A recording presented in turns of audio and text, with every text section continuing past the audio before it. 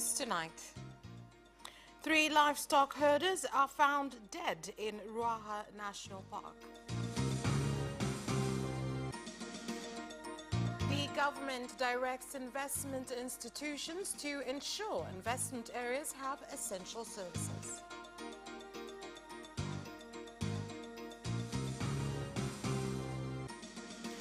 And in sports, Yanga Sports Club defend goalkeeper Farouk Shikalo following 1-0 defeat against Azam FC at Mkapa Stadium on Sunday.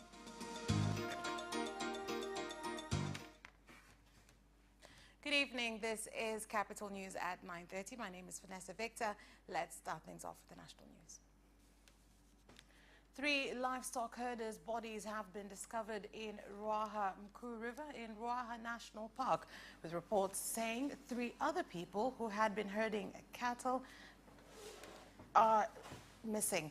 The deceased were residents of Mgwalisi village, Igava ward, Mbarali district in Bear region.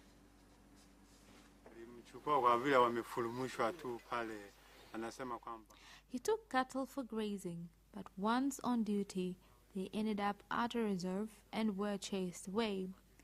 We tried to look for him without any luck, only to find his body at a river later on.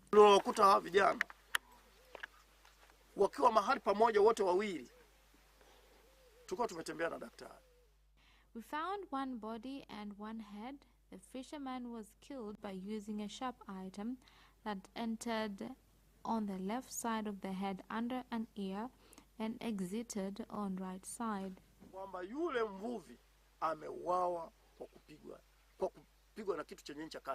Wape pole pia wanambarali kwa sababu tumepata msiba. My condolences to villagers and families that have lost their loved ones. The police force is continuing with investigations. Let me take this opportunity to remind residents to follow rules and regulations set by the government regarding prohibited areas. I assure you all that will be implicated in this incident. Legal measures will be taken against them.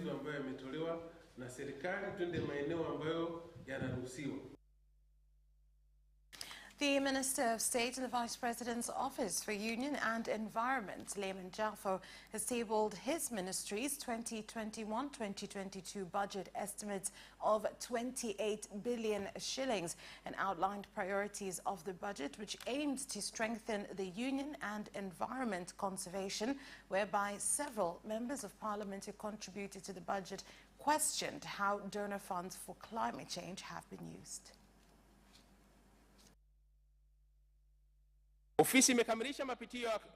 The office has completed reviews of environmental experts of 2005 with the aim of increasing efficiency on impacts of climate change.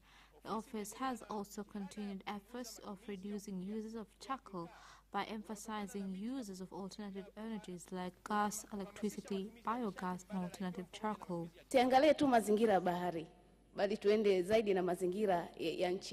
Let us not only look at ocean environment, but let us focus more on land environment by mobilizing plantation and preservation of trees. It is not funny when someone comes from Zanzibar carrying 5 kilograms of sugar is harassed at the port. Honorable Speaker, may the Ministry of Union issue an announcement at Zanzibar and Dar es Salaam port that there is limit of kilograms of sugar, or even announce a complete ban of transportation of sugar from the Isles to Dar es Salaam. And Prime Minister Kassim Majaliwa has directed institutions that provide investment services in the country to ensure all investment areas have essential services such as water, electricity, and road infrastructure in order to make the investment environment conducive. Prime Minister Kassim Majaliwa made the statement when he toured a bus assembling plant, BM Motors Limited, owned by local investor Jonas Nyagawa, that is located at Zegeleni Investment Area in Kibaha Coast Region. Tunataka mwekezaji aweke mtaji wake na mtaji uende kwenye uwekezaji na wala sio kwa shughuli nyingine. We want investors to succeed in their plans and not anything else. All that is needed in our country is provide good services. That is why all institutions involved in investment activities must speed up in giving out required services to investors.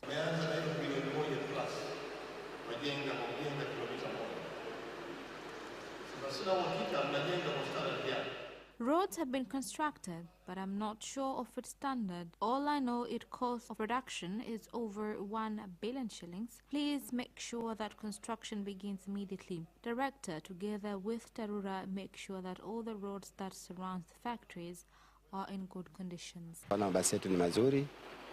Basi wakaleta oda tukawatengenezea tukawapa na haya hapa mawili kwa ajili ya. Our buses are good. We are currently working on these 2 buses to see how the domestic market works. So long as we have got all permits, then we are ready to produce many buses. During the rain season, the road is terrible. All factories around here do suffer the consequences. Among projects that have been established in Kibaha includes BM Motors.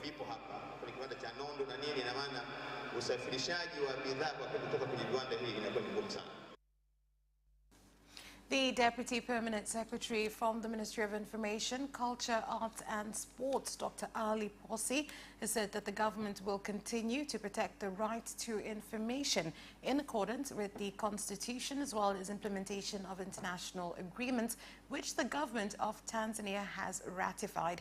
He made the statement in Dar es Salaam at a meeting for stakeholders, part of activities implemented to mark World Press Freedom Day on May 3rd, which this year reminds society and the government on the importance of access to information and recognizing the role played by women in media. Lengo kuu la maadhimisho haya ni kuendeleza uelewa na umuhimu wa uhuru wa vyombo vya habari, kukumbusha serikali na jamii umuhimu wa kuheshimu na kulinda haki na uhuru wa habari.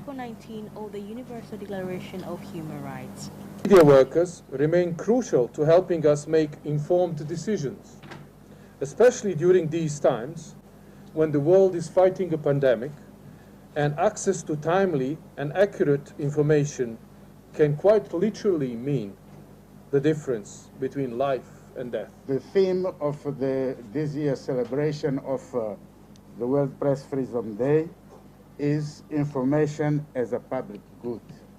Women, as well as men, journalists, have played a key role in informing the public. At the meeting, the United Nations Education, Science and Cultural Organization, UNESCO, in collaboration with Tanzania Media Women Association, TAMWA, and other stakeholders, handed out Women of Achievement in Media Awards to 25 women in recognition of their contribution in growing the sector. Among them, the Managing Director of ITV Radio 1, Joyce Mhavile, for being the first woman to hold the top leadership position in a media house in the country. An honorary award was also given to the late Blandina Sembo of ITV for her role in broadcasting women issues, which was received on behalf of her daughter. Director in media. She is the executive or the director of IPP Media, the first woman to hold the position of chief executive officer in the media in Tanzania. Hongera sana. Makofi zaidi na zaidi na zaidi. Ukishajua unataka kufanya nini kwenye nafasi uliopewa. Once you know what you want to do in a given position, it becomes very easy to lead others. And I always wonder how I got here. It's because I was trusted. So I, as a leader, I must trust those I lead and that they make their contribution confidently and that what they do is right. My job is to guide them whenever necessary. You have to make mistakes to learn. For me, I do not see it as a challenging job based on what you see. I am grateful for this award as I am recognized among women in our country who have made significant contribution to the media. It feels good because most women do a very good job. But not only women, But broadcasters and journalists, all we need is to seek professionalism. Tuzo hii ina maana kubwa kwangu kwa sababu inathamini mchango wa. This award means a lot to me because it values the contribution of women journalists, and you will not be valued if you do not have confidence, discipline and hard work. Inanihamasisha kwa sababu inatupa nafasi sisi wanawake. It motivates me because it gives us women the opportunity to be in the media to motivate others. It is true that the editorial room has had many men and many women's stories have not been given priority. I wish other girls to be motivated to enter in the media leadership to change the attitudes that exist now. Wengine wadogo kama mimi nilivyoanza nilianza kwa miaka 23 wahamasike pia na wao kujiingiza katika uongozi wa media kwa sababu tukiwa wengi katika uongozi tunaweza tukabadilisha ile mitazamo ambayo ipo sasa hivi. And a resident from Luhimbalilo village, Mputa Ward, Namtumbo district in Ruvuma region, identified as Isa Jali, has been trampled to death by an elephant that was searching for food with her calf at a tea farm. The Natural Resources Officer in Namtumbo district, Sambalu Simon, said the elephant is from a herd that has been a threat to residents in the district. Na ni kundi ambalo limekuwa likisumbua kutoka maeneo ya Mgombasi. The group was quite disturbing in Mgombasi, Nangero and Mwangazi areas where one elephant with a calf escaped from the areas and affected the villages. The elephant found in Mputa is the one who had a calf. Normally, when an elephant is accompanied by a calf, they are usually violent. We thank the game rangers for helping in returning the animals to the reserve. We have village game scouts who are well trained in managing wild animals once they enter villages and knows how to return them to the reserves. I urge village government to use village game scouts while harvesting their crops. Kama hao tembo bado wapo karibu na maeneo ya watu. If the elephants are still roaming around residences, we need to have experts for the purpose of returning them back to where they come from. Recently, there are many elephant invasion incidences because people conduct human activities within the reserves. Yamekuwa mengi kidogo kwa kipindi hichi kwa sababu mbalimbali. Tanzania People's Defense Force 23KJ has completed training aimed at building their capacity in various military tactics while securing the country's borders as well as preparedness for war situations.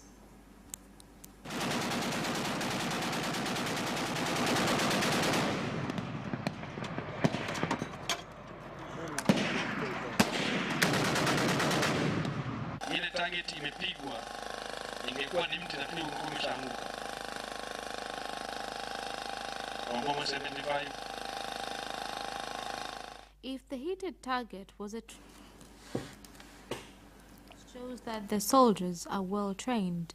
As for you, exercises are very important. Katika maeneo ya mbinu za kivita, uvumilivu. They have attained trainings on war techniques, patience, fitness and supervision of groups at different levels. Their commanders are ready to protect our country. Najisikia furaha kumaliza tu mafunzo. I'm happy to finish the trainings. I felt privileged to continue learning more. Kuendelea kujifunza zaidi. 10 traders were injured after a Fuso lorry with registration number T180DHH veered off the road and overturned on the outskirts of Handeni town in Tanga region. However, shortly after the accident occurred, a group of thieves appeared at the area and stole their goods. Jana majira ya saa 3 usiku ilitokea ajali. Yesterday at around 9 at night, there was an accident at Handeni. A lorry coming from the new district of Handeni, the car brakes failed and the car fell into the culvert. We thank God no lives were lost. Shortly, I came to realize we were all down and I did not know what happened. Kile tunachosikitika wakati sisi tunashughulikia majeruhi wale ili waweze kupata. What saddens me is that while helping the injured, people came and stole some goods. And that is all for the local news. We'll be back with international news after this short break.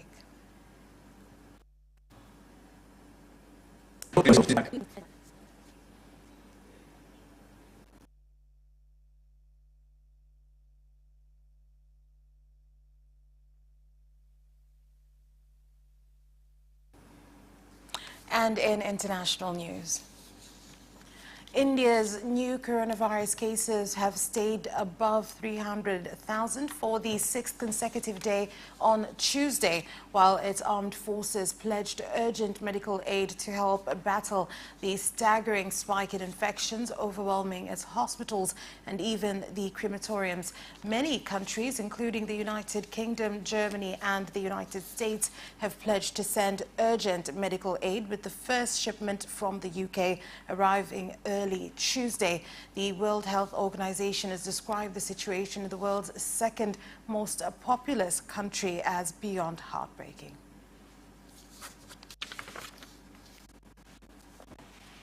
And the Judicial Service Commission has nominated Court of Appeal Judge Lady Justice Martha Koome Karabu for appointment as Chief Justice of Kenya. In a press conference on Tuesday, Judicial Service Commission Chairperson Professor Olive Mugenda said the Commission had unanimously selected Martha Koome and forwarded her name to President Uhuru Kenyatta for appointment to succeed retired Chief Justice David Maraga. He has run an open, transparent and competitive recruitment process that has witnessed the participation of the public and key stakeholders. After lengthy deliberations and careful consideration of the performance of the various candidates, the JSC has unanimously recommended the appointment of Honorable Lady Justice Koome Martha Karabu, Judge of the Court of Appeal, as the Chief Justice of the Republic of Kenya, and has submitted her name to His Excellency the President for appointment. The Commission wishes to thank all the candidates, Kenyans, and all stakeholders for their participation in the recruitment process. As regards the interviews for the position of the Judge of the Court of the Supreme Court, the Commission has rescheduled the interviews to start on Monday, 3rd May 2021, and all the candidates will be notified immediately on the scheduled dates of the interviews. And Uganda's People's Defense Forces said the swearing-in ceremony of Yoweri Museveni as president will proceed as planned, despite receiving intelligence reports of intentions from some groups to disrupt the occasion. We are all aware that the President of the Republic of Uganda and Commander-in-Chief of the Armed Forces has, in very clear terms, warned against such tribal and sectarian tendencies. They are not only negative, but they also affect the socio-economic transformation of Ugandans and Uganda as a country, but also the region as a whole. But most importantly, they are fodder for those who would like to erode Uganda's hard-earned peace and stability. As security forces, we are hereby reaffirm our resolve to fight all negative forces, including divisive tendencies and negative propaganda. Any person or persons who stand in the path of peace and stability becomes an enemy of the country and shall therefore be dealt with decisively. Ugandans are therefore advised to desist from such acts because they are not productive. We already have plans, or plans are already underway, to take action against the perpetrators. And that is all for the international news. We'll be back with business news after this short break. Tune in to Business Edition and meet business leaders and experts who'll keep you informed on business and economic developments taking place in the country, such as tourism, construction, energy, transport, mining, agriculture, communication, banking, real estate, and more. Business Edition on Friday at 8:15 p.m. only on Capital Television.